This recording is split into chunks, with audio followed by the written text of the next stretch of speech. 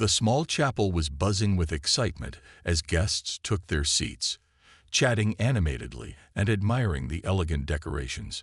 White roses cascaded down the walls, their delicate petals glowing softly in the candlelight that flickered from every corner.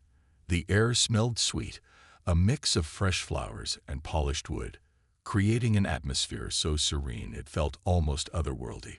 Everyone had gathered to celebrate what seemed like the perfect love story. Sarah, a gentle schoolteacher known for her kindness, and James, a charming architect admired for his wit and ambition.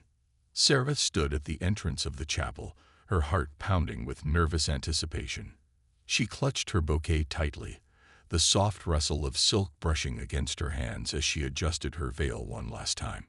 Her reflection in the mirror moments earlier showed a woman glowing with happiness, but now, standing just steps away from beginning her new life, she couldn't shake off a fleeting sense of unease.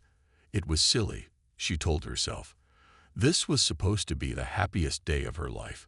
Yet something about the weight of all those eyes on her made her feel strangely exposed. James waited patiently at the altar, dressed impeccably in a tailored suit.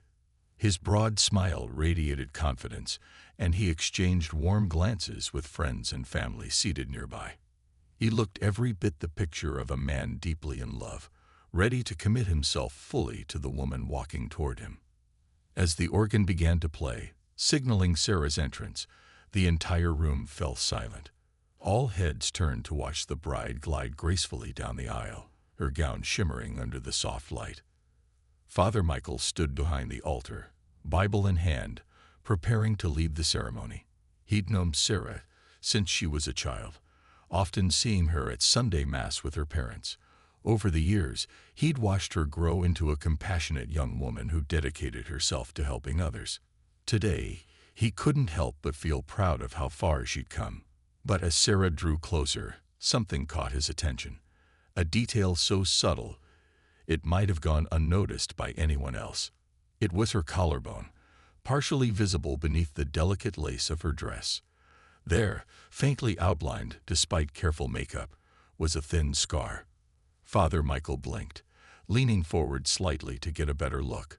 The scar wasn't deep, but its shape was distinctive, jagged yet precise. It stirred memories buried deep within him, memories tied to a confession he'd heard years ago. A woman had come to him then, trembling and afraid, speaking of a dangerous secret she carried. She spoke of being forced to flee her old life after witnessing something terrible, leaving behind everything familiar to stay safe. And she bore a scar, one exactly like the one Father Michael saw now. For a moment, doubt clouded his mind. Could it really be her? Was Sarah hiding more than just pre-wedding jitters? The thought unsettled him, gnawing at the edges of his conscience. This wasn't just any wedding anymore. It felt like something far bigger was at stake. Guests smiled warmly, oblivious to the turmoil brewing inside the priest. For them, this was a celebration of love, a union meant to bring joy and hope. But for Father Michael, it marked the beginning of a mystery that could change lives forever. As Sarah reached the altar and turned to face James, Father Michael hesitated. His usual calm demeanor wavered, replaced by an overwhelming urge to uncover the truth. Little did he know, his decision to act on that instinct would set off a chain of events no one could have predicted. Father Michael's mind raced as he tried to reconcile what he was seeing with the sweet, familiar face of Sarah standing before him. The scar on her collarbone, it wasn't just a random mark. It was too specific, too significant. He had seen it once before years ago, during a late-night confession in the dimly lit confessional booth. A young woman, trembling and desperate, had poured out her fears to him. She spoke of witnessing something she shouldn't have, a crime so grave that it forced her into hiding. Her voice shook as she described how she'd been given a new identity, a chance to start over far away from danger. And then there was the scar, a jagged line across her collarbone, left by an accident meant to silence her permanently. At the time, Father Michael had promised to keep her secret safe, swearing never to reveal what he'd heard. It was the sacred duty of his role, one he took seriously. But now, staring at Sarah, He couldn't ignore the unsettling connection. Could this kind-hearted schoolteacher really be the same frightened woman who had sought refuge in anonymity? If she was, why hadn't she told anyone? And more importantly, did James know? His hesitation didn't go unnoticed. Guests began shifting uncomfortably in their seats, whispering among themselves. "Is something wrong?" Someone murmured audibly enough for others to hear. The tension in the room grew palpable, like a storm cloud gathering overhead. Sarah glanced up at Father Michael, confusion flickering across her face. "Father," she asked softly, her voice tinged with worry, "are we ready to begin?" But Father Michael couldn't respond immediately. His thoughts were tangled, torn between his duty to protect the sanctity of the wedding and his responsibility to uncover the truth. What if Sarah was still in danger? What if this marriage wasn't what it seemed? The questions swirled in his mind, each one pulling him deeper into doubt. He knew he couldn't proceed without addressing what he suspected. This wasn't just about following protocol. It was about ensuring that no harm came to anyone involved. Finally, after what felt like an eternity, Father Michael cleared his throat. "I'm sorry," he said, raising his hand slightly to stop the ceremony from moving forward. His tone was calm but firm, cutting through the growing unease in the room. "Before we continue, I need to speak with the bride privately." Gasps rippled through the congregation. Heads turned toward Sarah, whose cheeks flushed bright red. She looked stunned, her hands gripping the bouquet tightly as though trying to anchor herself. James, standing beside her, frowned deeply. "What's going on?" he demanded, his voice sharp with concern. "Why are you stopping the ceremony?" Father Michael met his gaze briefly, noting the mix of frustration and bewilderment in the groom's eyes. But he didn't answer, not yet. Instead, he gestured gently toward Sarah, urging her to follow him to a quiet corner of the chapel. Reluctantly, she obeyed, her heels clicking softly against the stone floor as she stepped away from the altar. As they moved, the whispers in the room intensified. Some guests speculated wildly, while others simply stared in disbelief. Mothers leaned over to comfort children who looked confused by the sudden disruption. Friends exchanged worried glances, unsure whether to stay or leave. The joyful anticipation that had filled the chapel moments earlier had vanished, replaced by an air of uncertainty and unease. For Sarah, every step felt heavier than the last. Her heart pounded in her chest, and her thoughts raced. Why was Father Michael acting this way? Did he know something she didn't? Or worse, did he suspect something about her past? She tried to push those fears aside, reminding herself that this was supposed to be her happiest day. Yet deep down, she couldn't shake the feeling that something was terribly wrong.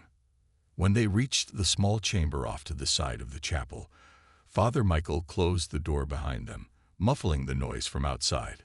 For a moment, neither of them spoke. The silence hung thick between them, broken only by the faint sound of distant murmurs filtering through the walls. Finally, Father Michael turned to Sarah, his expression grave but compassionate. "There's something I need to ask you," he began slowly, choosing his words carefully. "And I hope you'll understand why I couldn't let this wait." Sarah swallowed hard, bracing herself for whatever came next. Whatever it was, she knew it wouldn't be easy, and it might change everything. The small chamber where Father Michael led Sarah was quiet, almost unnervingly so. The faint hum of murmurs from the chapel barely reached their ears, muffled by the thick wooden door that separated them from the curious eyes and speculative whispers outside. A single candle flickered on a side table, casting uneven shadows across the stone walls. The air felt heavy with unspoken tension, as though the weight of the moment pressed down on both of them. Sarah stood frozen, her hands clutching her bouquet so tightly that her knuckles turned white. She tried to steady her breathing, but her chest rose and fell rapidly, betraying her growing anxiety. "Father," she finally managed to say, her voice trembling slightly. "What's going on? Why did you stop the ceremony?" Her wide eyes searched his face for answers, but all she found was a mix of concern and determination, an expression she couldn't quite decipher. Father Michael hesitated, his brow furrowed as he wrestled with how to phrase what he needed to say. He didn't want to alarm her unnecessarily, but he also knew he couldn't ignore what he'd seen or remembered. Taking a deep breath, he stepped closer, his tone gentle yet firm.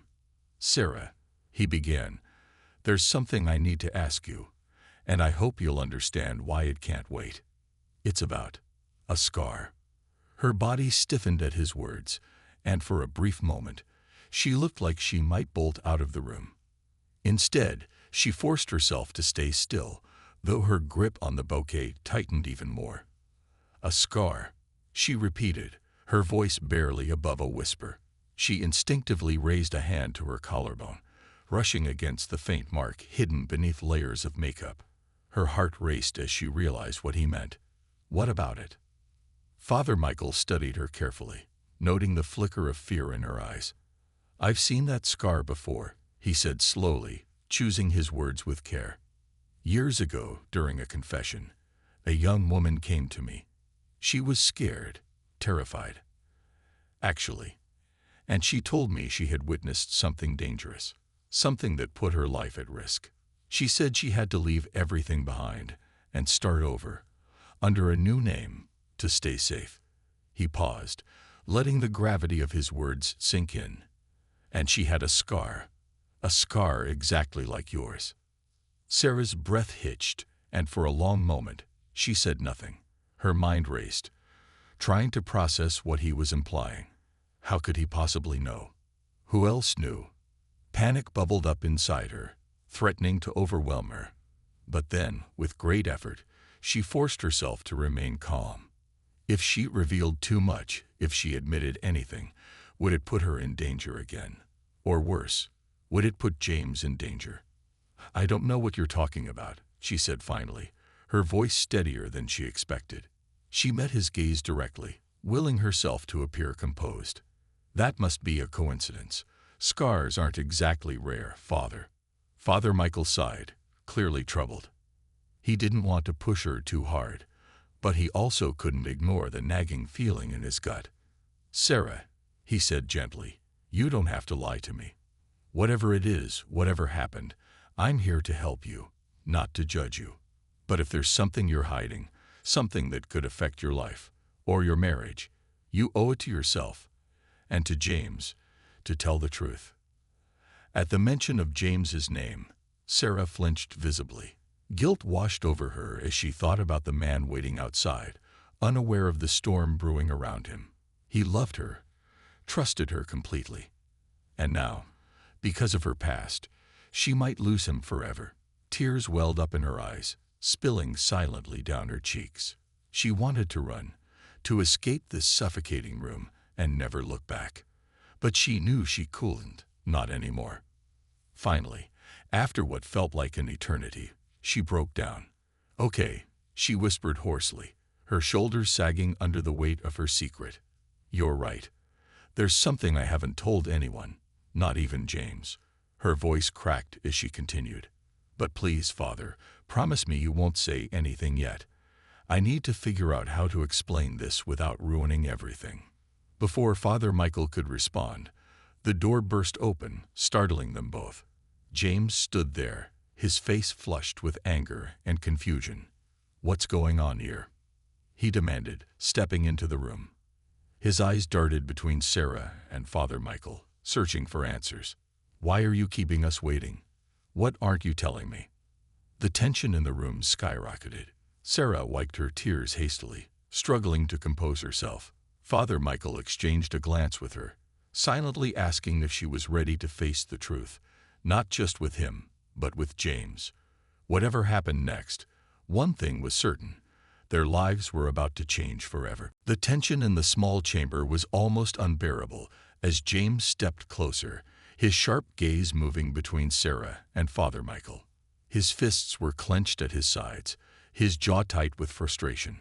"I ask you a question," he said, his voice low but laced with urgency. "What's going on? Why are you two whispering like I'm not even here?" Sarah felt her heart pounding harder than ever. She had spent years building a life where no one, not even James, knew the truth about her past.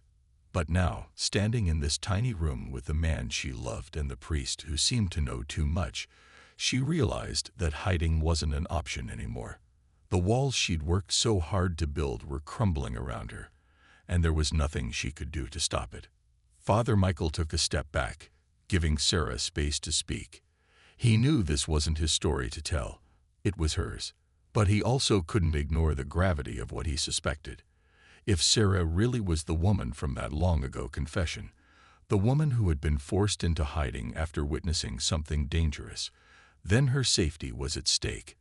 And so was James. Sarah swallowed hard, her throat dry as she tried to find the words. Her eyes darted toward James, searching for some sign of reassurance, but all she saw was confusion and growing suspicion. Finally, she took a shaky breath and began. "James, there's something I need to tell you. Something I should have told you a long time ago." James frowned, crossing his arms over his chest. "You're scaring me, Sarah. Just say it." She hesitated, her hands trembling as she set the bouquet down on the table beside her. "My name isn't Sarah," she admitted quietly, each word feeling like a weight being lifted, and yet crushing her all at once. "At least, not my real name. It's Emily. Emily Carter." For a moment, there was complete silence. Even Father Michael held his breath, watching the scene unfold. James stared at her, his expression unreadable. "Emily," he repeated slowly, as though testing the name on his tongue. "Why would you lie about your name? Who are you, really?" Tears spilled down Sarah's, now Emily's, cheeks as she continued. "5 years ago, I witnessed something terrible. A crime. It involved people, powerful people. They threatened me, said they'd hurt me if I talked. So I ran. I changed my name, moved to a new town, started over. I thought I could leave everything behind. I thought I'd be safe." James blinked, clearly struggling to process what he was hearing. "Safe? From what? What kind of crime are we talking about?" Emily shook her head, her voice barely above a whisper. "I can't say more. Not here. Not now. But please, James, believe me when I say I didn't want to lie to you. I wanted a normal life. I wanted to forget." James ran a hand through his hair, pacing back and forth across the cramped room. "Forget. Forget that someone threatened your life. That's not something you just forget, Sarah, or Emily, or whoever you are." His voice rose slightly, tinged with both anger and fear. "Do you realize how serious this is? Do you think those people just forgot about you?" Father Michael stepped forward then, his tone calm but firm. "James, let her finish. This isn't easy for her." James stopped pacing and turned to face them again, his frustration evident. "Fine. Go ahead. Tell me everything, but don't expect me to act like this doesn't change things." Emily nodded, wiping her tears with shaking hands. "I understand, and I'll explain everything. I promise. But first, you need to know why I stayed silent. Those people, they're dangerous. If they found out I was alive, they wouldn't hesitate to come after me. And anyone close to me." She looked at James, her eyes filled with guilt and sorrow. "That includes you." James froze, the realization hitting him like a punch to the gut. "So that's why you kept this from me? To protect me?" "Yes," Emily whispered. "But also because I was scared. Scared of losing the life I built. Scared of losing you." The room fell silent again, the weight of her confession hanging heavily in the air. James stared at her, his mind racing. Part of him wanted to be angry, to demand answers and explanations, but another part of him understood. He'd seen glimpses of sadness in her before, moments when she seemed distant or troubled. Now he knew why. Finally, he sighed deeply, running a hand over his face. "This is insane," he muttered. "Absolutely insane." Then, looking at Emily, he added softly, "But I love you. Whatever mess you're in, whatever secrets you've kept, I'm not walking away. Not now." Emily's heart swelled with relief, but Father Michael's expression remained grim. "There's still more to consider," he said cautiously. "If what Emily says is true, and I believe it is, then danger may already be closer than we think." As if on cue, the sound of raised voices echoed from the chapel beyond. Someone shouted, followed by the unmistakably loud slam of them. The distant commotion from the chapel grew louder, pulling everyone's attention away from the emotional confession that had just unfolded. Shouts and hurried footsteps echoed through the walls of the small chamber, followed by the unmistakable sound of heavy boots pounding against the stone floor. Emily, still adjusting to the weight of her own words, felt a chill run down her spine. Her heart began to race again, faster than before. She didn't need to ask what was happening. Deep down, she already knew. James turned toward the door, his protective instincts kicking in. "What's going on out there?" he demanded, glancing back at Father Michael and Emily with a mix of confusion and alarm. Before either of them could respond, the door burst open once more. This time, it wasn't just James standing there. It was two unfamiliar men in dark suits. Their presence was intimidating, their expressions cold and calculating as they scanned the room. "Emily Carter," one of them said sharply, stepping forward. His voice carried an authority that silenced any lingering noise from the chapel outside. The other man lingered near the doorway, blocking any chance of escape. Emily froze, her breath catching in her throat. For a moment, she couldn't move, couldn't think. All the fear she'd buried for years came rushing back in an instant. These men weren't here for blessings or wedding vows. They were enforcers, sent by the same people who had driven her into hiding 5 years ago. Somehow, they had found her. And now, they weren't leaving without her. Father Michael stepped in front of Emily instinctively, shielding her with his body. "Who are you?" he asked firmly, his tone unwavering despite the tension in the air. "You have no right to barge in here like this." The man ignored him, his gaze fixed on Emily. "We've been looking for you for a long time, Miss Carter," he said, his voice dripping with menace. "Your little game is over." Emily's knees buckled slightly, but James caught her arm, steadying her. He looked furious, his jaw clenched as he glared at the intruders. "Game? What are you talking about? Who are you people?" The second man smirked, crossing his arms over his chest. "Let's just say we're here to settle some unfinished business. Now step aside, unless you want to make things worse for yourselves." Before anyone could react further, James stepped forward, positioning himself between Emily and the men. "You're not taking her anywhere," he declared, his voice steady despite the fear radiating off him. "Not until you explain why you're here and who sent you." The first man chuckled darkly. "Brave guy, aren't you? Too bad bravery won't save you, or her." He reached inside his jacket, pulling out a badge clipped to a chain. It wasn't official looking, but it was enough to confirm their intentions.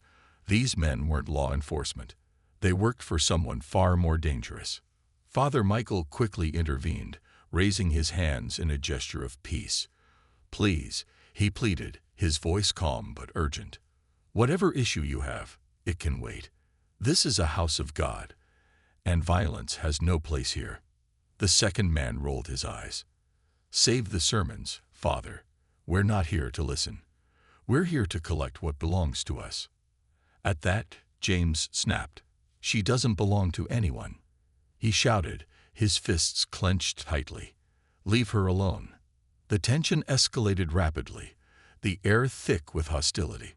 Emily clutched James's arm, her voice barely audible as she whispered, "Don't fight them, James. Please, don't." But James refused to back down. "I won't let them hurt you," he promised fiercely, his eyes locked on the men. "I'll do whatever it takes to protect you." Father Michael, realizing the situation was spiraling out of control, made a quick decision. He grabbed Emily's hand and pulled her toward a hidden passageway behind the chamber, a narrow corridor used centuries ago by priests fleeing persecution.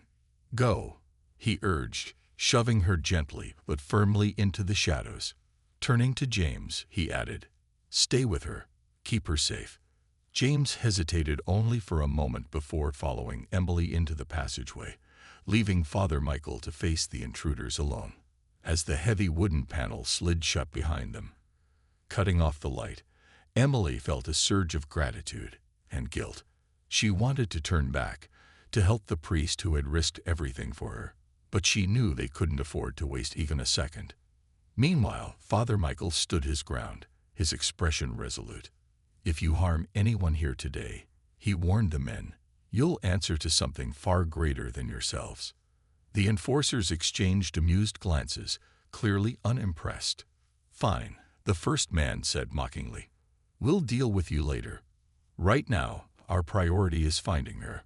With that, they pushed past him, heading straight for the altar where guests were still gathered, oblivious to the chaos unfolding behind closed doors. The narrow passageway was pitch black, save for the faint slivers of light that seeped through cracks in the ancient stone walls. Emily stumbled forward, her hands brushing against the rough surface to steady herself as she and James moved deeper into the hidden corridor. The air smelled damp and earthy, a sharp contrast to the sweet floral scent of the chapel they'd just left behind. Every step echoed loudly in the confined space, making it feel like their pursuers were right on their heels, even though they weren't. James stayed close, his arm wrapped protectively around Emily's shoulders. "Keep going," he whispered, his voice low but firm. "We need to put as much distance between us and them as possible." Despite his calm exterior, Emily could feel the tension radiating off him. He was scared, not for himself, but for her, and that made her heart ache even more. "I'm sorry," Emily murmured, her voice trembling. "I never wanted this for you. You shouldn't have to run because of me." James stopped abruptly, turning her to face him.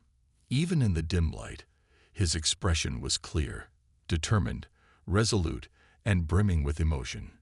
"Don't apologize," he said firmly. "This isn't your fault. Those men, they're the ones who are wrong, not you. I told you before, I'm not leaving you. No matter what happens, we're in this together." Emily nodded, tears welling up in her eyes again. She wanted to believe him, to trust that everything would somehow work out. But the weight of her past felt suffocating, dragging her down with every step they took. Still, she forced herself to keep moving, knowing they couldn't afford to stop. Behind them, faint voices filtered through the walls, angry shouts and hurried footsteps growing louder by the second. Father Michael must have bought them some time, but it wouldn't last long. They needed a plan, and fast. As they reached the end of the passageway, they found themselves in a small storage room filled with dusty crates and old furniture. A single window high above the ground offered a glimpse of the outside world, a narrow alleyway bathed in the soft glow of streetlights. It was their only way out. "We'll have to climb," James said, already scanning the room for something to stand on. Spotting an overturned wooden crate, he dragged it beneath the window and tested its sturdiness. "Get on my shoulders," he instructed. "I'll boost you up." Emily hesitated, glancing nervously at the tiny opening. "What about you? What if someone sees you?" "I'll be fine," James assured her, his tone leaving no room for argument. "Just go. Once you're out, find help. Call the police or anyone who can get us out of this mess." Before Emily could protest further, the sound of splintering wood echoed from the other side of the wall. The enforcers had found the passageway. Time was running out. With shaking hands, Emily climbed onto James's shoulders, gripping the edges of the window frame as he lifted her up. Her muscles burned with effort, but adrenaline propelled her forward. Finally, she managed to pull herself through the narrow opening and tumble into the alley below, landing awkwardly but unharmed. She scrambled to her feet, peering back through the window. "Hurry," she urged, reaching out to help James climb out after her. But before he could move, the door to the storage room burst open.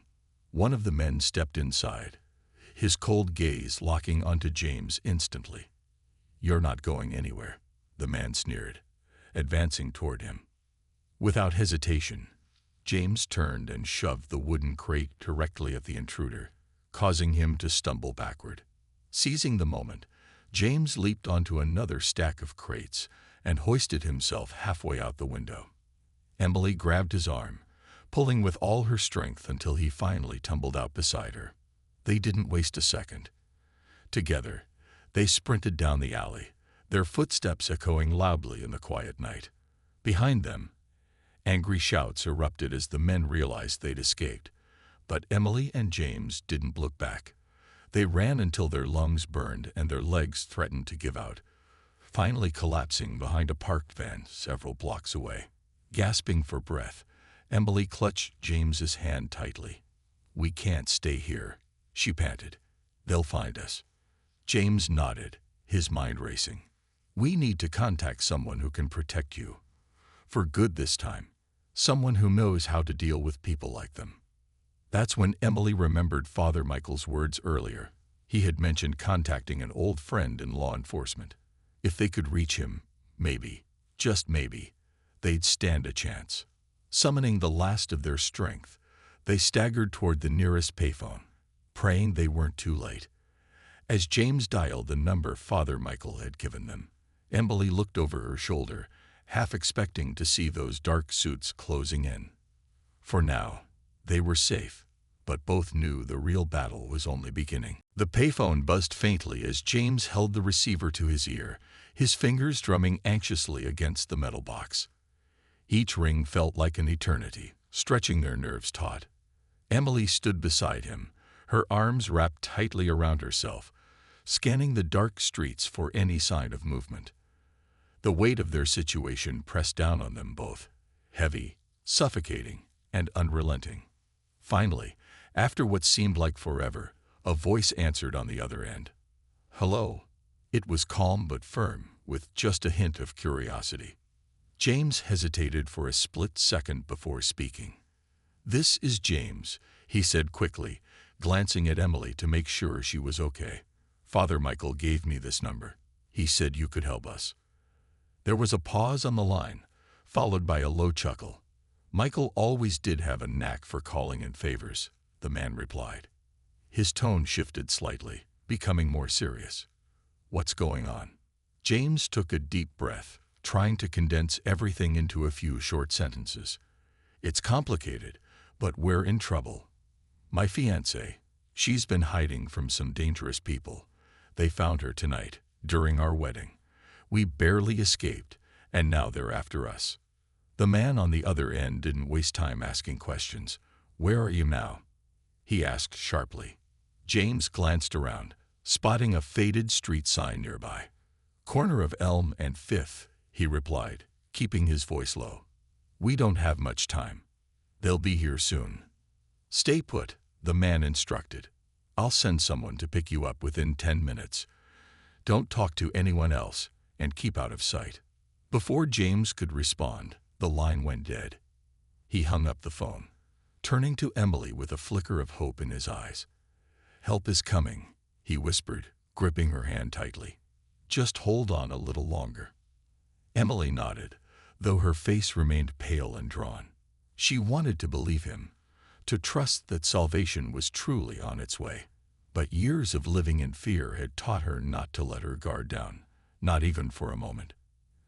Every shadow seemed darker, every sound louder. Her mind raced with worst-case scenarios. What if these men couldn't be trusted?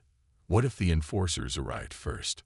They retreated further into the shadows, huddling behind the parked van where they'd stopped earlier.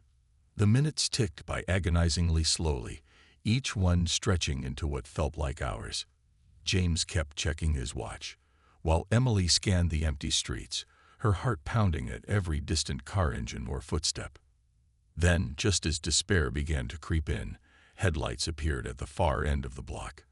A black sedan rolled slowly toward them, its tires whispering against the pavement. For a brief moment, panic surged through Emily. Was it them?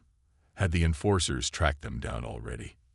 But then the window rolled down, revealing a stern-looking woman in her late 40s. Her sharp eyes scanned the area before landing on James and Emily. "Get in," she ordered curtly, her voice leaving no room for argument. Without hesitation, James opened the door and helped Emily inside. As they slid onto the leather seats, the woman turned to look at them. "I'm Agent Monroe." She introduced herself briskly.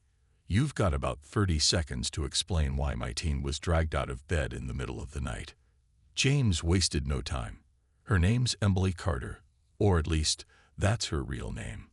She witnessed something 5 years ago, something bad enough to force her into hiding. Tonight, those same people found her again. If we don't act fast, they'll kill her." Agent Monroe raised an eyebrow, clearly skeptical but intrigued. "And who exactly are those people?" Emily swallowed hard, forcing herself to speak despite the lump in her throat. "A mob boss named Victor Kane," she admitted quietly. "He runs most of the city underground. I saw him do something illegal. When I tried to report it, they came after me. I had to disappear." Monroe's expression hardened. "Victor Kane," she repeated under her breath, almost to herself. Then, turning back to Emily, she added, "You picked a hell of a day to resurface." The cars sped off into the night, weaving through deserted streets as the agent radioed her team. Over the next several minutes, they pieced together a plan. Emily would enter witness protection once more, but this time with full federal backing. Meanwhile, James insisted on staying by her side, refusing to leave her alone. "You realize this means your life will never be the same," Monroe warned him bluntly.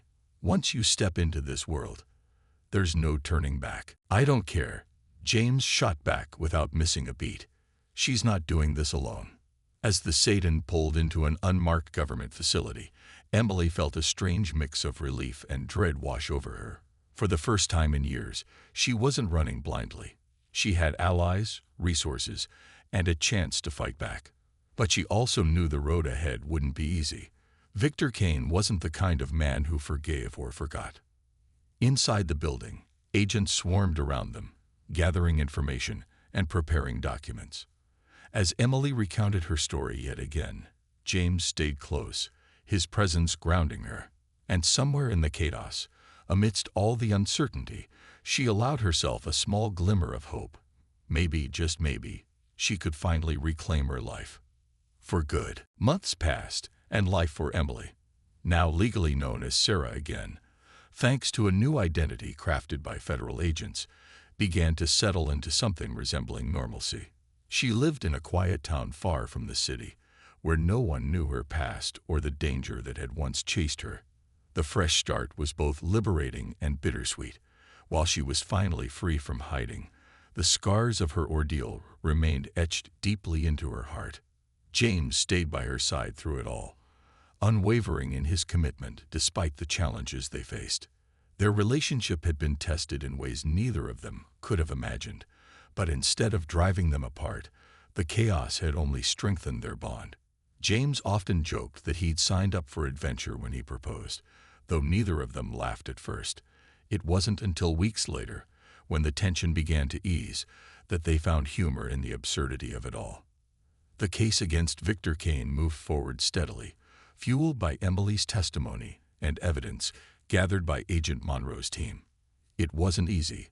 Victor's empire was vast, with layers of corruption reaching far beyond what anyone had anticipated. But slowly, cracks began to form. Key members of his organization were arrested, turning on each other in desperation as the net tightened around them. And then came the breakthrough. James. One evening, sitting across from Agent Monroe in a secure office, James revealed a secret he'd kept buried even from Emily. "I didn't just meet her by chance," he admitted quietly, guilt shadowing his features. "At first I was hired to find her, to bring her back to Victor." He paused, bracing himself for the fallout. "But then I got to know her. I fell in love with her. I couldn't do it. I couldn't betray her." Monroe studied him carefully, her expression unreadable. Finally, she leaned back in her chair. "You realize this complicates things," she said flatly. "If Victor finds out you double-crossed him—" "I know," James interrupted, his voice steady despite the fear gnawing at him. "But if it means keeping her safe, I'll face whatever comes next." His confession proved pivotal. With James's insider knowledge of Victor's operations and Emily's first-hand account of the crime, prosecutors built an ironclad case. In a dramatic courtroom showdown months later, Victor Kane was sentenced to life in prison without parole. The verdict sent shockwaves through the criminal underworld, dismantling his network piece by piece. For Emily, justice felt like closure, but not redemption. She still carried the weight of everything she'd lost. Years of her life spent running, friendships abandoned, and trust shattered. Yet, standing outside the courthouse on the day of the sentencing, she allowed herself a moment of peace. For the first time in years, she didn't feel afraid. James stood beside her, holding her hand tightly. "We did it," he murmured, his voice filled with quiet pride. "It's over." Emily nodded, tears welling up in her eyes, not of sadness, but of relief. "Thank you," she whispered, looking at him, "for everything."